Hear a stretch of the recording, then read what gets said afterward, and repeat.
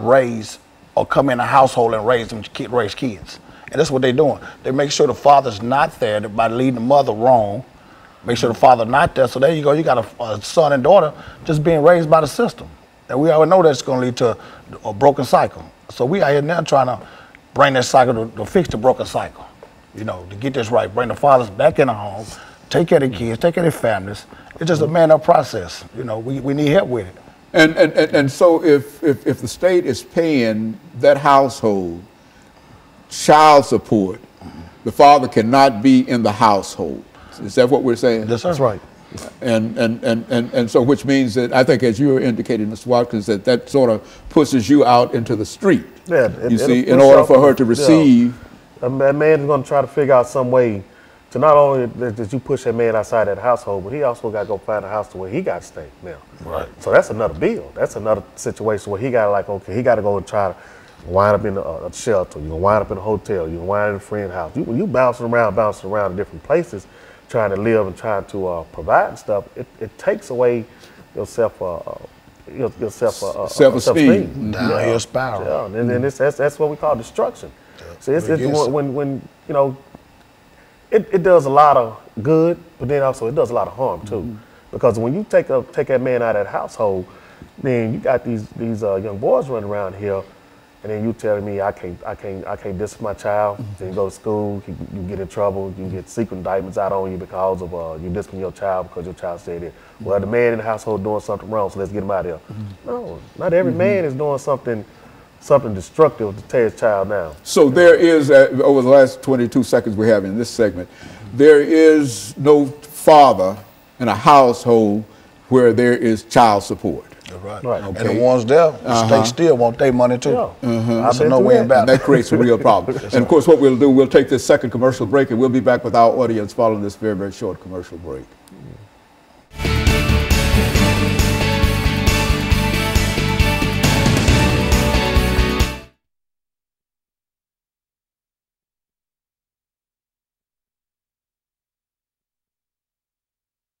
Whatever you want to say in reference to it, because I mean, a lot of folks don't seem to understand this. I mean, when we say that he has to pay child support, we only think in terms of whatever child support that comes in. But the state takes that money.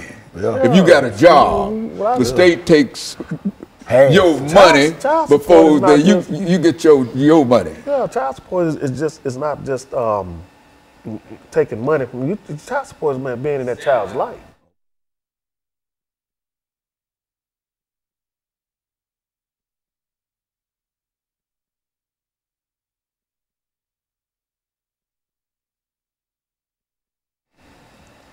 Thank you, and welcome back to the final segment of the show for today.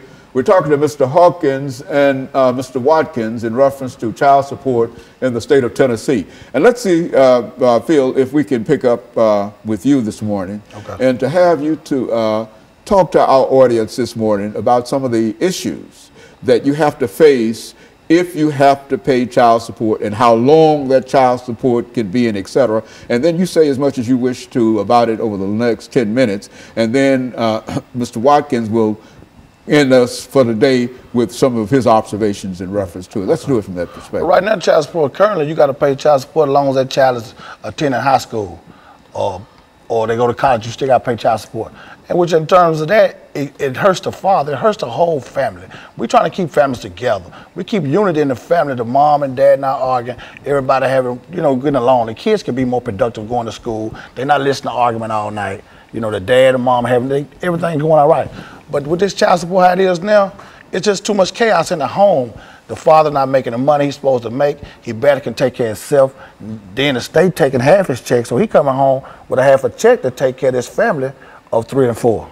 So that leads them to a broken cycle of despair. I mean, alcoholism, drug addiction, all that, comes in a part of it, because the man get to the man, what can I do? I'm just out here, And we're just trying to change a lot of that. We got a program now. We're trying to do it 90 days. Get each father 90 days. No child support. 90 days to get themselves together. Get a job, get yourself together, stand up. And then the the child support can start taking some out. You know, work out a little modification program with the father. But you can still get a mother $100 a month. But that's a whole lot better than taking a man, half a man check. You know, it's giving a man some kind of hope that he can be productive, he can go home, he can buy his kids a decent pair of shoes, you know, diapers or whatnot. But right now, how they got it, we just losing battle. You know, we have to reform this. And so, Mr. Watkins, there are a large number of men, not only African-American men, but specifically we're concerned about African-American men today in reference to what we're talking about here. But there are a large number of African-American men that get caught up in this system of child support. If they get a job, you're telling us, then whatever that pay is, the state intervenes and takes part of that money before he can get the. Is that what we're saying here? Yes. Talk about that. You know, when a man comes, you know, goes to court, I've been in court situations where a judge actually told me I'm living in the household with my kids, the mother and everything, and asked me if I pay child support, and I said, yeah. I'm thinking they're going to say, okay, you in the household, so we're going to stop it. He asked the mother, was he helping? He told me, yeah. Turn around, the judge told me keep paying. You know, that's just one of the situations. Another situation is when a woman can call, a man can get out of jail. After he done his 81 days, 82 days, he can get out of jail, and they'll give him a review date to go back to court. And in that review date, that woman has the ability to call the judge and say, I want to speed up the process.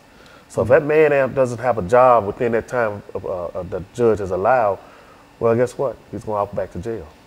And so child support in the real sense has the ability to land folks almost immediately in jail, and then take half of the paycheck. And on top of that, not only that you go to jail, but you also still pay child support. Yeah, child sitting still accumulating. So it's a law, they say, and there's nothing. It doesn't stop. It just does not stop. Just because you sit up there doing 90 days, 80 days, 6 months, 8 months, it doesn't matter. You're still gonna keep paying. You still gonna keep paying in one way or the other. While you sitting there in jail doing nothing, or you sit out here in the streets doing nothing, they still gonna want that money. Now the state done done away with the father. What's going on with the kids at home then? You know, the father not here. What's going on with the kids? The son growing up, he watching the neighborhood drug dealer. The daughter growing up watching her brother with the money.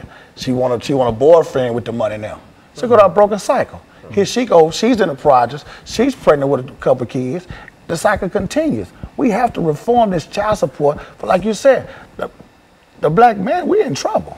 Yeah. We won't have a second generation. How things going now? We got too much going against us as it is. You know, we're trying to stand up and man up. We going out here every day, we feeding the homeless.